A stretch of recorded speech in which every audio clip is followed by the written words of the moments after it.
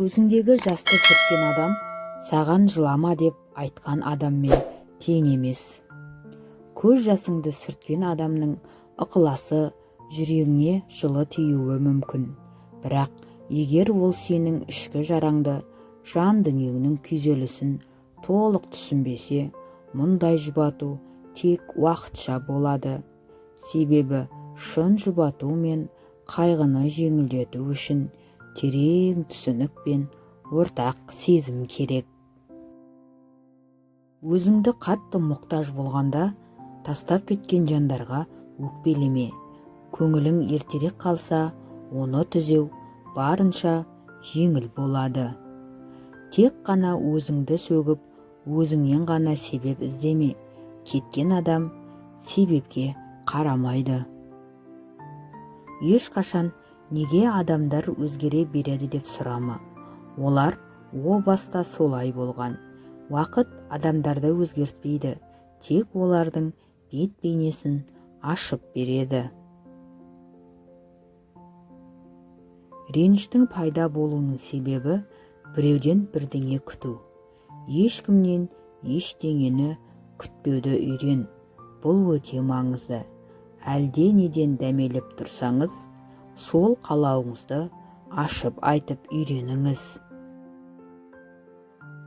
Жылама деп айтқанмен жан азабын түсіну оңай емес. Көз жасыңды сүрткен адамды бағала, бірақ жан жараңды өзің ғана емдей аласың.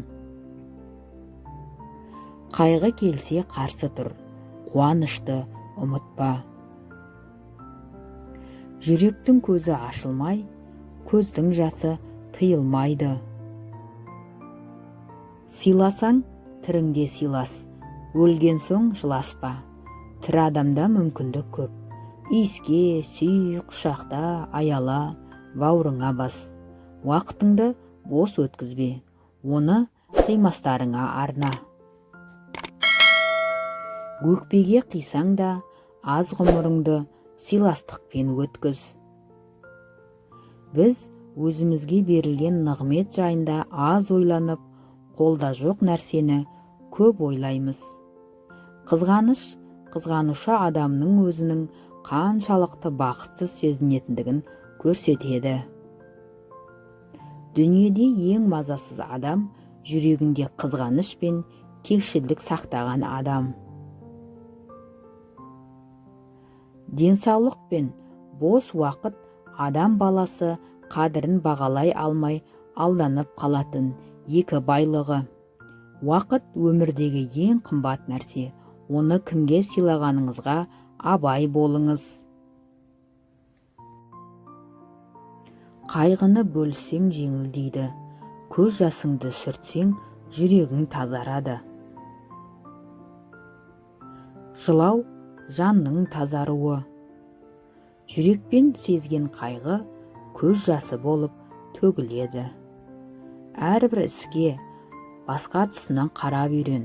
Сені тастап кеткендер емес пе, жеңіске жету үшін қалай күресуді үйреткен. Сол үшін де Аллаға шүкір етсең болады. Өкпеден арыл, өкінішсіз өмір сүр. Өзіңді қабылда, өмірің өзгереді. Үлкен өзгеріс кішкентай қадамдардан басталады. Суға түскен тасты күн ешқашан құрғатпайды. Көкейіңіздегі өзімшілдікті тыйыңыз. Жазса өзі жазсын, іздесе өзі іздесін.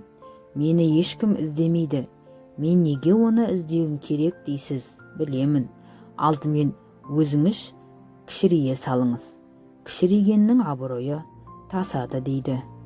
Өзіңіз сыйлы болғыңыз келсе, іздегенін, сағынғанын қаласаңыз, алдымен сол іс-әрекетті өзіңіз жасаңыз. Адамдарға сіз не берсеңіз, олар сізге 2 есесін береді. Біреуге ренжіген адамның өмірге де өкпесі көп болады. Болмашыға ренжи салатын адамдар бара-бара өз құнын да жоғалта бастайды. Мені жек көретіндерге уақытым жоқ. Өйткені мені сыйлайтындарды сыйлаудан босамаймын. Өмірде ең жаманы көңіл қалу екен. Ренжітсе де, өкпелетсе де кешірерсің, ал бірақ көңіліңді қалдырса, оны орнына келтіру үшін біраз уақыт қажет. Рахатқа болса 5 күнгі, ренжіте көрме ешкімді.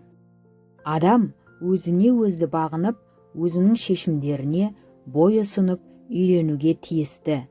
Өзіңді өзің тәрбиелеу үшін алдымен өзіңді өзің қатал әрі әділ сотына тарта білуің керек. Қысылғаныңда келіп сүйеніш боп, қолыңды қысып, қасыңда мен бармын деген адам қиналсаң хабарласасың деген адаммен тең болмайды. Жағдайыңды сұрап, даусыңнан ақ халіңді түсінетін адам жақсымын дегеніне көне салатын адаммен дәрежелес емес. Жүрегінен керексіз адамдарды шығарып тастасаң, іс жүзінде сені қадірлейтін адамдарға орын қалады. Ешкімді өкпелетпей, ешкімді жамандамай, ешкімге өкпелемей, кек сақтамай, көргенде сағына көріскенге, ойнап күліп әзілдесіп жүргенге не жетсін. Құрметті көрермен, қазақ тілді арнаны қолдай отырыңыздар. Лайк басып, комментарияға өз ойларыңызды қалдыра кетіріңіздер. Қарағандарыңызға көп рахмет.